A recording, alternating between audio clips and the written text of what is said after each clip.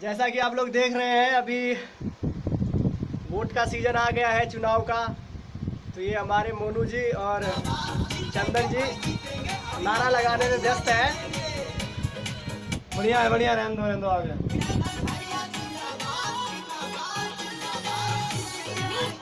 आ जाओ, बस इतना काफी है।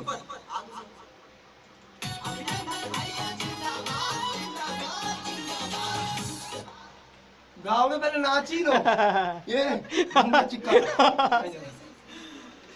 तो दोस्तों अभी मस्ती चल रही है, पता नहीं ये लोग क्या करके मानेंगे।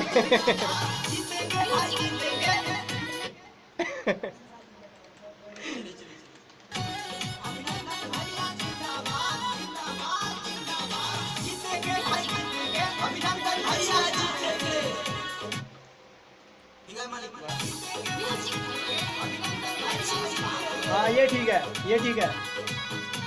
आ गया लाइन पे। इसी नारा को इधर लगा, आगे पीछे ये लगेगा।